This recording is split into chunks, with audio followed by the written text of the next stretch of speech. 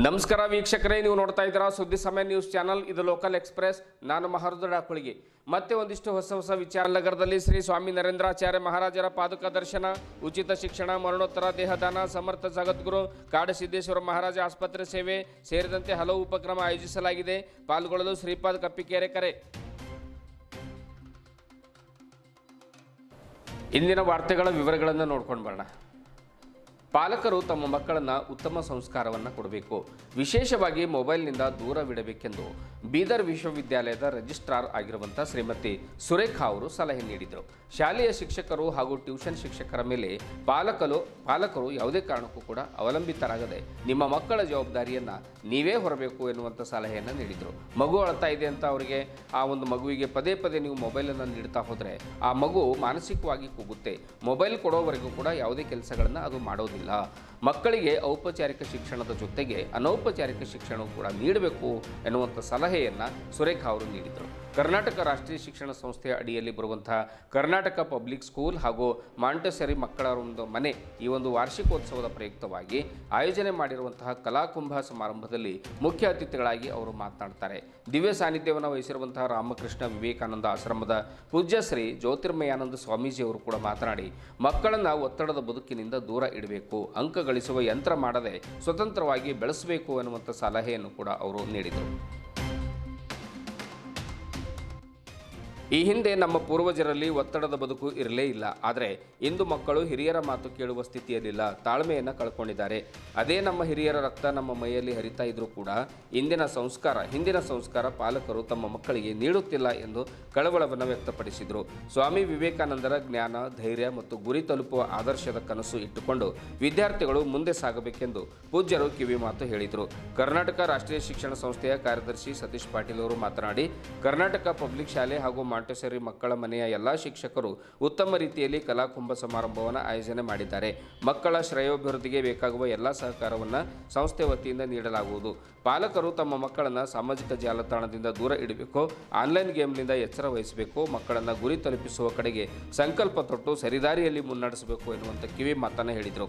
ದುರ್ಗಾಮಾತೆಯ ದುಷ್ಟ ಶಿಕ್ಷೆಯ ನೃತ್ಯ, ವಿವಿಧ ಭಕ್ತಿಗೀತೆಗಳು ಮತ್ತು ದೇಶಭಕ್ತಿ ಗೀತೆಗಳ ಮೇಲೆ ಮಕ್ಕಳ ನೃತ್ಯ ವಾರ್ಷಿಕೋತ್ಸವದ ನಿಮಿತ್ತ ಆ ಒಂದು ಮಕ್ಕಳ ನೃತ್ಯ ಸಭಿಕರ ಗಮನ ಸೆಳೆಯಿತು.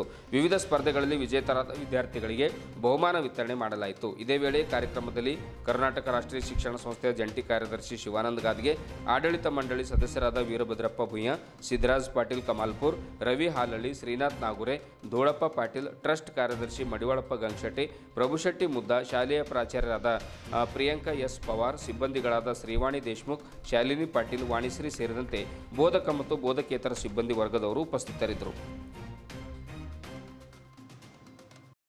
ಭವ್ಯವಾದ ಭಾರತವನ್ನು ನಾವು ಕಾಣಲಿಕ್ಕೆ ಸಾಧ್ಯವಿಲ್ಲ. ಹೌದು, ಭಾರತ ಬೆಳೀತಾ ಇದೆ, ಭಾರತ ಬೆಳೀತಾ ಇದೆ. ಎತ್ತರದಲ್ಲಿ ಬೆಳೆದ್ರಷ್ಟೇ ಅಲ್ಲ, ಅದು ವಿಸ್ತಾರವಾಗಿಯೂ ಬೆಳಿಬೇಕು.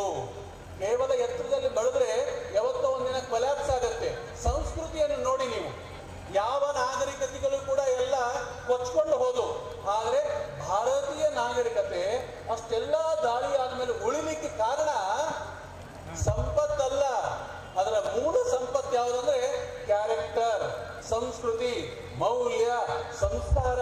ಇವು ಹೆಬ್ಬಂಡೆಗಳಿಂದ ಕೂಡ ನಮ್ಮ ಭಾರತವನ್ನು ರಕ್ಷಣೆ ಮಾಡಿದ್ದು ಆತ್ಮೀಯ ಬಂಧುಗಳೇ. ಹಾಗಾಗಿ ಮಕ್ಕಳಲ್ಲಿ ನಾವು ಅದ್ಭುತವಾದ ಒಂದು ಕನಸನ್ನು ಇಟ್ಟುಕೊಂಡು ಶಿಕ್ಷಣ ಸಂಸ್ಥೆಯನ್ನು ಸ್ಟಾರ್ಟ್ ಮಾಡಿದ್ದಾರೆ. ಅವರು ಶಿಕ್ಷಕರು ಇಲ್ಲಿಯ ಒಂದು ತಂಡದವರು ನೀಡ್ತಾ ಇದ್ದಾರೆ. ಅದರ ಒಂದಿಗೆ ಪಾಲಕರ ಕರ್ತವ್ಯ ಕೂಡ ಬಹಳ ದೊಡ್ಡದಿದೆ. ನರೇಂದ್ರನಿಗೆ ಅವರ ತಾಯಿ ಬೆಳೆಸಿದ ರೀತಿ ನಾವು ಅಧ್ಯಯನ ಮಾಡಬೇಕು. ನರೇಂದ್ರ ಹೀಗೆ ಒಂದ್ಸಲ ಕತೆ ಕೇಳಿಕ್ಕೆ ಹೋಗಿರ್ತಾನೆ. ಶಾಲೆ ಬಿಟ್ಕೊಂಡು ಬರಬೇಕಾದ್ರೆ ಕತೆಗಾರರು ಕತೆ ಹೇಳ್ತಿರ್ತಾರೆ. ಏನಂದ್ರೆ ರಾಮಾಯಣ ಕತೆ ಹೇಳ್ತಿರ್ತಾರೆ. ರಾಮಾಯಣ ಕತೆ ಹೇಳಿ ಅಲ್ಲಿ ಹನುಮಂತನ ಮಹಿಮೆಯನ್ನು ಹೇಳ್ತಾರೆ. ಆ ಹನುಮಂತ ಎಲ್ಲಿರ್ತಾನೆ ಅಂತ ಹೇಳಿ ನರೇಂದ್ರ ಹೋಗಿ ಕೇಳಿದಾಗ ಅವ್ರು ಹೇಳ್ತಾರೆ, ಬಾಳೆ ತೋಟದಲ್ಲಿ ಇರ್ತಾನೆ, ಹೋಗು ಅಂತಾರೆ. ಅವರು ತಮಾಷೆಗಾಗಿ ಹೇಳ್ತಾರೆ. ಆದ್ರೆ ನರೇಂದ್ರ ಅಂದ್ರೆ ವಿವೇಕಾನಂದ, ಬಾಲಕ ನರೇಂದ್ರ ಸುಮ್ಮನೆ ಯಾವುದನ್ನು ಒಪ್ಪವನಲ್ಲ, ಅದನ್ನು ಪರೀಕ್ಷೆ ಮಾಡೋನು, ಅದನ್ನು ನೋಡೋನು. ಅವ್ರು ಹೇಳಿದ ಮಾತು ಕೇಳ್ಕೊಂಡು ಆ ಬಾಳೆ ತೋಟದಲ್ಲಿ ಹೋಗಿ ಕೂತ್ಕೊಂಡ. ರಾತ್ರಿ ಅದು ಮಗ ಬರಲಿಲ್ಲ. ಭುವನೇಶ್ವರಿ ತಾಯಿ ಕಳಕಳಿಯಿಂದ ನೋಡ್ತಾ ಇರ್ತಾಳೆ, ಮಗನ್ನೇ ನೋಡ್ತಿರ್ತಾಳೆ. ನಾವೆಲ್ಲ ಮಕ್ಕಳು ಉಸಿರನ್ನೇ ನಾವು ಕೆಳಗಡೆಯಲ್ಲಿ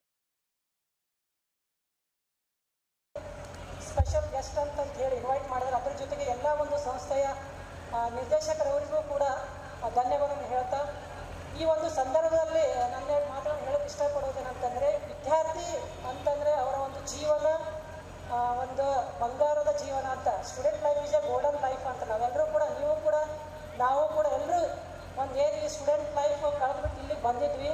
ಆದರೆ ನಮ್ಮ ಒಂದು ಮಕ್ಕಳು ಕೂಡ ಸ್ಟೂಡೆಂಟ್ ಲೈಫ್ ಯಾವ ಥರ ಎಂಜಾಯ್ ಮಾಡಬೇಕು ಅವ್ರು ಅಂತಂದರೆ ಜೀವನ ಅಂತಂದು ಅವರಿಗೆ ಒಂದು ಬಂಗಾರ ಚಿನ್ನದಂಥ ಒಂದು ಗೋಲ್ಡನ್ ಲೈಫ್ ಆಗಬೇಕಂತಂದರೆ ನಾವೆಲ್ಲರೂ ಕೂಡ ಮಕ್ಕಳಿಗೆ ಒಂದು ಸಪೋರ್ಟಿವ್ ಆಗಿ ಅವರಿಗೆ ಬೇಕಾಗುವಂಥ ಒಂದು ಶಿಕ್ಷಣ ಇರ್ಬೋದು, ಅವರಿಗೆ ಇಚ್ಛೆ ಅನುಸಾರವಾಗಿರುವಂಥ ಒಂದು ಶಿಕ್ಷಣ ನಾವು ನೀಡಲೇಬೇಕಾಗ್ತದೆ. ಮಕ್ಕಳಿಗೆ ಏನು ಮನೆಯಲ್ಲಿರುವಂತಹ ತಾವು ತಾಯಂದಿರು ಇರ್ಬೋದು, ಅದಕ್ಕೆ ಹೇಳ್ತಾರೆ ಗುರು ಅಂತಂದರೆ ಮೊದಲ ಪಾಠಶಾಲೆ ತಾಯಿ ತಾನೇ ಮೊದಲ ಗುರು ಅಂತ. ತಾವೇನು ಮನೆಯಲ್ಲಿ ತಾಯಿ ತಂದೆಯರು ತಾವು ಕಲಿಸ್ಕೊಟ್ಟಿರ್ತೀರಿ, ಅಲ್ಲೇ ಒಂದು ಶಿಕ್ಷಣದ ಒಂದು ಬುನಾದಿ ಅಲ್ಲೇ ಸ್ಟಾರ್ಟ್ ಆಗ್ತದೆ. ನಂತರ ಒಂದು ಸಂಸ್ಥೆಗೆ ಬಂದ ನಂತರ ಶಿಕ್ಷಕರ ಒಂದು ಅವರು ನೀಡುವಂಥ ಒಂದು ಜ್ಞಾನಾರ್ಜನೆಯಲ್ಲಿ ಆ ಮಕ್ಕಳ ಒಂದು ಭವಿಷ್ಯ ರೂಪಿಸ್ಕೊಳ್ತಾರೆ. ಆ ಒಂದು ಶಿಕ್ಷಣ ಯಾವ ಥರ ಅಂತಂದರೆ ಮೌಲ್ಯಯುತ ಶಿಕ್ಷಣ ಅಂತಂದರೆ ಇಂದಿನ ಒಂದು ಸಮಾಜದಲ್ಲಿ ಬೇಕಿರುವಂಥದ್ದು. ಈಗಾಗಲೇ ಪೂಜಾರವ್ರು ಹೇಳಿದ್ದಾರೆ, ಅವರಿಗೆ ಏನಂತಂದರೆ ಓದು ಬರಹ ಮತ್ತು ಏನೋ ಒಂದು ಒಳ್ಳೆಯ ಹುದ್ದೆ ತಗೋತಾರೆ ಅನ್ನೋ ಒಂದು ನಿಟ್ಟಿನಲ್ಲಿ ಅಥವಾ ಒಳ್ಳೆಯ ಅಂಕ ಪಡ್ಕೋಬೇಕು ಅನ್ನೋ ಒಂದು ದೃಷ್ಟಿಯಲ್ಲಿ ಮಾತ್ರ ಅದು ಶಿಕ್ಷಣ ಆಗಬಾರ್ದು. ಲೈಫ್ ಟೈಮ್ ಎಜುಕೇಷನ್ ಅಂತಂದರೆ ಅವರಿಗೆ ಜೀವನ ಯಾವ ಥರ ರೂಪಿಸ್ಕೋಬೇಕು ಅನ್ನೋ ಥರ ಆ ಒಂದು ಶಿಕ್ಷಣ ಕೊಡೋವಂಥದ್ದು ಪಾಲಕರದ್ದು ಕೂಡ ಮತ್ತು ಶಿಕ್ಷಕರ ಕೂಡ ಮೂಲಭೂತವಾದಂಥ ಕರ್ತವ್ಯ. ಆದರೆ ಇಂದು ನಾವೆಲ್ಲರೂ ಕೂಡ ನೋಡ್ತಾ ಇದ್ವಿ, ನಾನು ಕೂಡ ಭಾಳಷ್ಟು ನಮ್ಮ ಮನೆಯಲ್ಲಾಗಿರ್ಬೋದು ಅಥವಾ ಹೊರಗಡೆನೂ ಕೂಡ ಆಗಿರ್ಬೋದು, ಪ್ರಸ್ತುತ ಇದರಲ್ಲಂತಂದರೆ ಮಕ್ಕಳಿಗೆ ಒಂದು ತಂತ್ರಜ್ಞಾನದ ಒಂದು ಶಿಕ್ಷಣದ ಪ್ರಭಾವ ಜಾಸ್ತಿ ಆಗ್ತಾ ಇದೆ ಅಂತ ನಾನು ಈ ಒಂದು ಸಂದರ್ಭದಲ್ಲಿ ಹೇಳೋಕ್ಕೆ ಇಷ್ಟಪಡ್ತೀನಿ. ತಮ್ಮೆಲ್ಲರೂ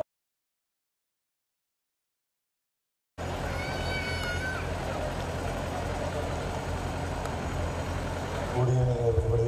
Today is the function about the annual day of the public school. On behalf of this respected invitees, Parama Puja Sri Jyoti Swamiji, President Ramakrishna Vivekananda, and one of the guests is Mr. Sureka K.S. Register, and today's our trustee Madhivalappa Ganesh Shetty, Secretary, Joint Secretary Shivanand Gadge sir, and on behalf of this KRS Society, our senior most trust member Mudanna Prabhu Shetty sir, and our KRS Society's members, senior most Virvadarappa Bulya sir, and Srikant Nagure sir, Ravi Harali sir, Dr. Gulabha Patil sir, and Siddharth Patil sir, all are here. On behalf of this occasion, I will tell few words. Annual day is nothing but once in a year it will come, so we better enjoy for this day. So with a very good evening, all of us students will enjoy. Annual day gathering is nothing but annual day is another term for annual function of a school. It is a time for the school community to come together and celebrate the students' hard work and dedication. It is also an opportunity to recognize and reward students for their excellence in academic, sports and arts. With these few words, I will end up my speech. Thank you. ಹಾಲ್ಕಿ ತಾಲೂಕಿನ ಹಲಸಿಯಲ್ ಗ್ರಾಮದಲ್ಲಿ ವೈಭವದಿಂದ ಮಹಾಲಕ್ಷ್ಮಿ ಮಾತೆಯ ಜಾತ್ರೆ ನೆರವೇರಿತು.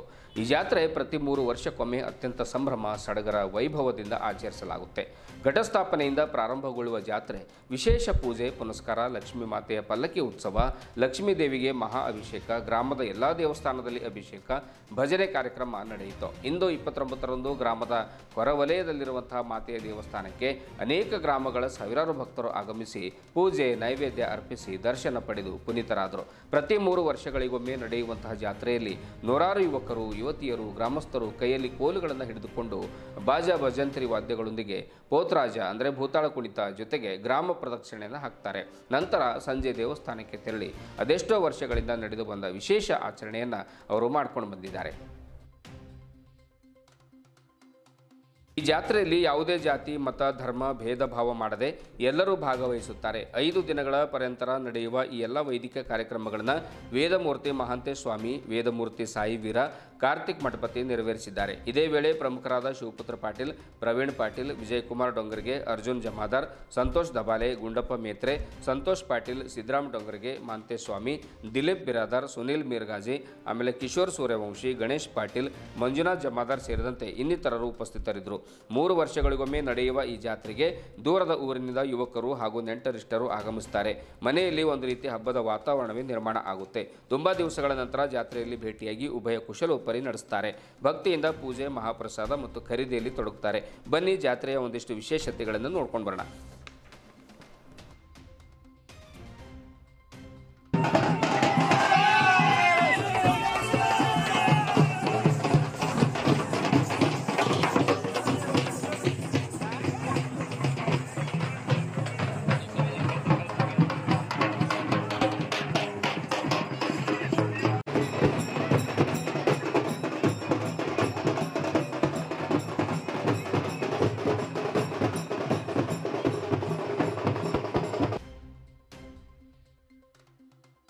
ನಿವೃತ್ತ ಖಾಸಗಿ ನೌಕರರ ವತಿಯಿಂದ ಪಿಂಚಣಿ ನೀಡುವಂತೆ ಕೇಂದ್ರ ಸರ್ಕಾರಕ್ಕೆ ಒತ್ತಾಯಿಸಿ ನಗರದಲ್ಲಿ ಪ್ರತಿಭಟನೆಯನ್ನು ನಡೆಸಿದರು. ನಾವು ನಿರಂತರವಾಗಿ PF ಹಣವನ್ನು ತುಂಬುತ್ತಾ ಇದ್ದೇವೆ, ಆದರೆ ಅಲ್ಪ ಸ್ವಲ್ಪ ಹಣವನ್ನು ಕೊಟ್ಟು ಸುಮ್ಮನಿರ್ತಾ ಇದ್ದಾರೆ ಕೇಂದ್ರ ಸರ್ಕಾರದವರು. ಆದರೆ ಆ ಹಣ ನಮಗೆ ಸಾಕಾಗ್ತಾ ಇಲ್ಲ. ವಯಸ್ಸಾದ ಮೇಲೆ BP ಬರುತ್ತೆ, ಶುಗರ್ ಬರುತ್ತೆ, ವಿವಿಧ ಕಾಯಿಲೆಗಳು ಬರುತ್ತೆ. ವಿವಿಧ ಕಾಯಿಲೆಗಳಿಂದ ಶರೀರದೊಳಗೆ ಸೇರಿಕೊಂಡಾಗ ಸಹಜವಾಗಿ ನಮಗೆ ಆ ಹಣ ಸಾಕಾಗ್ತಾ ಇಲ್ಲ. ಮಕ್ಕಳಿದ್ದಾರೆ, ಮೊಮ್ಮಕ್ಕಳಿದ್ದಾರೆ, ಹೆಂಡತಿ ಇರ್ತಾರೆ, ಕುಟುಂಬವನ್ನು ಸಾಕಲಿಕ್ಕೂ ಕೂಡ ಆಗ್ತಾ ಇಲ್ಲ. ಹಾಗಾಗಿ ಕರ್ನಾಟಕದಿಂದಲೇ ಆರಿಸಿ ಹೋದ ವಿತ್ತ ಸಚಿವೆ ನಿರ್ಮಲಾ ಸೀತಾರಾಮನ್ ಅವರು ಹಾಗೂ ಪ್ರಧಾನಮಂತ್ರಿ ನರೇಂದ್ರ ಮೋದಿ ಅವರು ನಮಗೆ ಬರಬೇಕಾಗಿರುವಂತಹ ನ್ಯಾಯಯುತವಾಗಿರುವಂಥ ಪಿಂಚಣಿ ಹಣವನ್ನು ಅವರು ನೀಡಬೇಕು ಎನ್ನುವಂಥ ಆಗ್ರಹವನ್ನು ಮಾಡಿದರು ಮತ್ತು ಅವರು ನೀಡ್ತಾರೆ ಎನ್ನುವಂಥ ವಿಶ್ವಾಸ ಕೂಡ ನಮ್ಮಲ್ಲಿದೆ ಎನ್ನುವಂಥ ವಿಶ್ವಾಸವನ್ನು ವ್ಯಕ್ತಪಡಿಸಿದರು. ಇದೇ ವೇಳೆ ನಿವೃತ್ತ ನೌಕರರ ಹೋರಾಟ ಸಮಿತಿ ಅಧ್ಯಕ್ಷ ಬಾಬುರಾವ್ ಸ್ವಾಮಿ, ಸತ್ಯನಾರಾಯಣ ಸೇರಿದಂತೆ ವಿವಿಧ ಇಲಾಖೆಯ ನಿವೃತ್ತ ನೌಕರರು ಉಪಸ್ಥಿತರಿದ್ದರು. ನಗರದ ಅಂಬೇಡ್ಕರ್ ವೃತ್ತದಿಂದ ಜಿಲ್ಲಾಧಿಕಾರಿಗಳ ಕಚೇರಿವರೆಗೆ ಪ್ರತಿಭಟನೆ ಮೂಲಕವಾಗಿ ತೆರಳಿ ಜಿಲ್ಲಾಧಿಕಾರಿಗಳ ಮುಖಾಂತರವಾಗಿ ಪ್ರಧಾನಮಂತ್ರಿಗಳಿಗೆ ಬರೆದ ಮನವಿ ಪತ್ರವನ್ನು ಜಿಲ್ಲಾಧಿಕಾರಿಗಳ ಮುಖಾಂತರ ಸಲ್ಲಿಸಿದರು. ನಮ್ಮ ಪೆನ್ಷನ್ ಕೊಡ್ತಾರಂತ ನಾವು ಭಾವುಕ ಆಗಿದ್ದೀವಿ. ಅದಕ್ಕೆ ಅವ್ರಿಗೂ ನಾವು ತುಂಬ ರಿಕ್ವೆಸ್ಟ್ ಮಾಡ್ತಾ ಇದ್ದೀವಿ. ಸುಮಾರು ಎಲ್ಲ ಬೀದರ್ ಜಿಲ್ಲೆ ಎಲ್ಲ MP 540 MPಗಳಿಗೆ ನಾವು ಲೆಟರ್ ಕೊಟ್ಟಿವಿ. ಎಲ್ಲ ಕೇಂದ್ರ ಮಿನಿಸ್ಟರ್ಗಳಿಗೆ ಕೊಟ್ಟಿವಿ, ಲೋಕಲ್ MLAಗಳಿಗೆ ಕೊಟ್ಟಿವಿ, ಎಲ್ಲರಿಗೂ ನಾವು ಅಪೀಲ್ ಕೊಟ್ಟಿವಿ.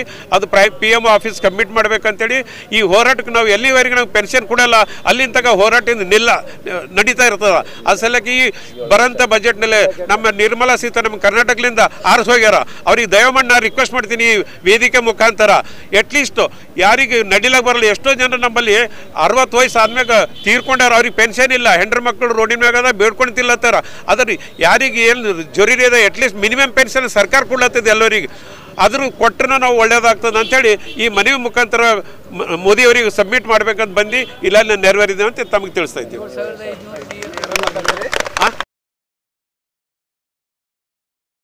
ಪೂರ ಭಾರತ ದೇಶದಲ್ಲಿ ಹೋರಾಟನ ಹಮ್ಮಿಕೊಂಡಿದ್ದೀವಿ. ಇವತ್ತಿನ ದಿವಸ ನಾವು ಭಾರತ ದೇಶದ ಪ್ರತಿ ಜಿಲ್ಲೆಯಿಂದ ಅಲ್ಲಿರ್ತಕ್ಕಂಥ ಜಿಲ್ಲಾಧಿಕಾರಿಗಳಿಗೆ ನಾವು ಮನವಿ ಪತ್ರನ ಸಲ್ಲಿಸ್ತಾ ಇದ್ವಿ. ನಾವು ಮನವಿ ಪತ್ರ ಸಲ್ಲಿಸಿದ ಕಾರಣ ಒಂದೇ ಏನಂತಂದರೆ, ನಮಗೆ ಬದುಕಾಗ ದಾರಿ ಮಾಡಿಕೊಡಿ. ಇದನ್ನು ನಾವು ಬೇಡಿಕೆ ಏನು ಇಡ್ತಾ ಇದ್ದೀವಿ ಅಂದರೆ, ನಿರ್ಮಲಾ ಸೀತಾರಾಮನ್ ಕೂಡ ಅವರು ನಮ್ಮನಿಗೆ ಆಶ್ವಾಸನೆ ಕೊಟ್ಟಿದ್ದಾರೆ. ಏನಂತಂದರೆ, ನೀವು ಹಿರಿಯರಿದ್ರಿ, ಭಾರತ ಹಿರಿಯ ನಾಗರಿಕರು ಅವರು ಆರಾಮಾಗಿ ಬದುಕಬೇಕು, ಯಾರ ಕೈಲೂ ಕಣ್ಣು ಚಾಚಂಥ ಪರಿಸ್ಥಿತಿ ಇರಬಾರ್ದು, ನಾವು ನಿಮಗೆ ಆದಷ್ಟು ಸೌಕರ್ಯ ಮಾಡಿಕೊಡ್ತೀವಿ ಅಂತ ನಮ್ಗೆ ಆಶ್ವಾಸನೆ ಕೊಟ್ಟಿದ್ದಾರೆ. ಆದ್ದರಿಂದ ನಾವು ಅವರಿಗೆ ಇನ್ನೊಂದು ಸಲ ಅರ್ಥಪೂರ್ವಕವಾಗಿ ಅಭಿನಂದನೆಗಳು ಅಲ್ಲಿಸುತ್ತ ಈ ಬಜೆಟ್ದಲ್ಲಿ ನಮ್ಮಂತಕ್ಕಂಥ ಸಮಸ್ಯೆಯನ್ನು ಸಾಲ್ವ್ ಮಾಡಿ ನಮಗೆ ಕನಿಷ್ಠ 7,500 ರೂಪಾಯಿ BA plus DA plus medical allowance ಕೊಡಬೇಕಂತ ನಾವು ಅವರಲ್ಲಿ ಪೂರ ನಮ್ಮದು EPF 95 ಸದಸ್ಯರ ವತಿಯಿಂದ ಮನವಿ ಮಾಡ್ತಾ ಇದ್ದೀವಿ. ಮಹಾರಾಷ್ಟ್ರದ ರಾಮಾನಂದಾಚಾರ್ಯ ದಕ್ಷಿಣ ಪೀಠದ ಜಗದ್ಗುರುಗಳಾಗಿರುವಂತಹ ಪೂಜ್ಯ ಶ್ರೀ ಸ್ವಾಮಿ ನರೇಂದ್ರಾಚಾರ್ಯ ಮಹಾರಾಜರ ಪಾದುಕ ದರ್ಶನ ಕಾರ್ಯಕ್ರಮ ಹಮ್ಮಿಕೊಳ್ಳಲಾಗಿದೆ ಎಂದು ಸ್ವಸ್ವರೂಪ ಸಂಪ್ರದಾಯ ಬೀದರ್ ಜಿಲ್ಲಾ ಸೇವಾ ಸಮಿತಿಯ ಜಿಲ್ಲಾ ನಿರೀಕ್ಷಕ ವಿಠಲ್ ಮೋಳೆ ಅವರು ತಿಳಿಸಿದ್ದಾರೆ. ಬೀದರ್ ಜಿಲ್ಲೆಯ ಕಮಲ್ನಗರದಲ್ಲಿ ಜನವರಿ 31ರಂದು ಶುಕ್ರವಾರ ಬೆಳಿಗ್ಗೆ 9ರಿಂದ ಸಂಜೆ 6 ಗಂಟೆವರೆಗೆ ಮಹಾರಾಷ್ಟ್ರ ಬಾರ್ಡರ್ ಉದ್ಗೀರ್ ಬೀದರ್ ರೋಡ್ ಕಮಲ್ನಗರದಲ್ಲಿ ಶ್ರೀ ಸ್ವಾಮಿ ನರೇಂದ್ರಾಚಾರ್ಯ ಮಹಾರಾಜರ ಪಾದುಕ ದರ್ಶನ ಹಾಗೂ ವಿವಿಧ ಧಾರ್ಮಿಕ ಕಾರ್ಯಕ್ರಮಗಳು ಜರುಗಲಿವೆ. ಹಮ್ಮಿಕೊಂಡಿವೆ. ಅಂದು ಬೆಳಿಗ್ಗೆ ಶ್ರೀಗಳ ಪಾದುಕಾ ಆಗಮನ, ನಂತರ ಕಮಲ್ನಗರ್ ಬಸ್ ನಿಲ್ದಾಣದಿಂದ ಭವ್ಯ ಮೆರವಣಿಗೆ ಆರಂಭವಾಗಿ ಕಾರ್ಯಕ್ರಮ ಸ್ಥಳದವರೆಗೆ ನೆರವೇರಲಿದೆ. ಆಮೇಲೆ ಬಳಿಕ ಪಾದುಕೆ ಹಾಗೂ ಗುರುಪೂಜಾ ಸಮಾರಂಭ, ಸಾಮಾಜಿಕ ಉಪಕ್ರಮ ಅಡಿಯಲ್ಲಿ ಬಡವರಿಗೆ ಹೊಲಿಗೆ ಯಂತ್ರ ವಿತರಣೆ, ಗುರುಪೂಜಾ, ಆರತಿ ಸಮಾರಂಭ, ಪ್ರವಚನ, ಉಪಾಸನಾ ದೀಕ್ಷೆ, ದರ್ಶನ, ಪ್ರಸಾದ, ಬಳಿಕ ಪುಷ್ಪವೃಷ್ಟಿ ಕಾರ್ಯಕ್ರಮ ಹಮ್ಮಿಕೊಳ್ಳಲಾಗಿದೆ ಎನ್ನುವಂತಹ ಒಂದು ಕಾರ್ಯಕ್ರಮದ ಸಮಗ್ರ ಮಾಹಿತಿಯನ್ನು ಅವರು ನೀಡಿದರು. ಕಾರ್ಯಕ್ರಮದಲ್ಲಿ ಜಿಲ್ಲೆಯ ಹಾಗೂ ಇತರೆ ರಾಜ್ಯದ ಸದ್ಭಕ್ತರು, ಪುರುಷರು, ಮಹಿಳೆಯರು, ವೃದ್ಧರು, ಗಣ್ಯರು, ಯುವಕ ಯುವತಿಯರು ಸೇರಿದಂತೆ ಎಲ್ಲರೂ ಪಾಲ್ಗೊಂಡು ವಿಶೇಷ ದರ್ಶನ ಪಡೆದು ಪುನೀತರಾಗಬೇಕೆಂದು ತಿಳಿಸಿದ್ದಾರೆ. ಜಗದ್ಗುರು ನರೇಂದ್ರಾಚಾರ್ಯ ಮಹಾರಾಜ ಸಂಸ್ಥಾನದ ವತಿಯಿಂದ ಉಚಿತ ಶಿಕ್ಷಣ, ಮರಣೋತ್ತರ ದೇಹದಾನ, ಸಮರ್ಥ ಸದ್ಗುರು ಕಾಡಸಿದ್ದೇಶ್ವರ ಮಹಾರಾಜ ಆಸ್ಪತ್ರೆ ಸೇವೆ, ನಿರುದ್ಯೋಗಿ ಯುವಕರಿಗೆ ವಾಹನ ಚಲಾಯಿಸುವ ತರಬೇತಿ, ಪ್ರತಿ ವರ್ಷ ರಕ್ತದಾನ ಶಿಬಿರ, ವೇದ ಪಾಠ ಶಾಲಾ, ಸಂಸ್ಥಾನದ ವತಿಯಿಂದ ಉಚಿತ ಆಂಬ್ಯುಲೆನ್ಸ್ ಸೇವೆ ಸೇರಿದಂತೆ ಅನೇಕ ಸಾಮಾಜಿಕ ಉಪಕ್ರಮಗಳನ್ನು ಕೈಗೊಳ್ಳಲಾಗಿದೆ ಎಂದು जिल्हाध्यक्ष श्रीपाद कप्पिकेरे माहिती ನೀಡಿದ್ದಾರೆ.